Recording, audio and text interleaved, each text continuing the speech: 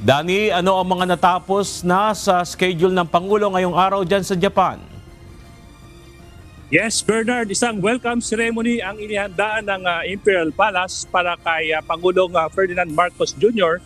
kasama ng Pangulo si First Lady Liza Marcos sa pakikiharap kina Emperor Naruhito at Empress Pasako.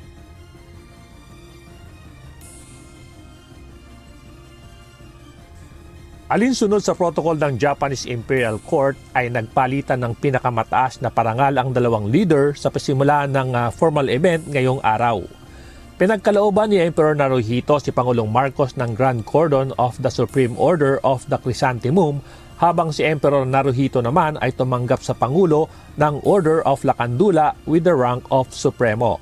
Ang pagbisita ni Pangulong Marcos ang ikatlo pa lamang sa ilalim ng Reiwa era o sa ilalim ni Emperor Naruhito matapos mag-abdicate ang kanyang amang si Emperor Akihito noong 2019. Natatangi ang oportunidad na maimbitahan ng Emperor lalo na't isang foreign leader lang ang iniimbitahan ng Imperial House sa loob ng isang taon. This is a rare opportunity that is granted to heads of state to come to Japan on a state visit. Kasunod ng pagsalubong ay nagkaroon ng pag-uusap ang Imperial Couple at ang First Couple. Bandang 2:00 naman ng hapon ay nakipagpulong ang Pangulo sa Japan-Philippines Parliamentary Friendship Group na sinundan ng pakikipag-usap sa ilang Japanese stakeholders. Nagkaroon din ng isang business meeting ang Pangulo sa mga negosyante dito sa Japan. Ayon kay Foreign Affairs Secretary Maria Teresa Lazaro, isa sa inaasahang mapag-uusapan ni Pangulong Marcos at Emperor Naruhito ang may kinalaman sa climate change. Yung Emperor is very inclined to issues concerning water at being also an environmentalist.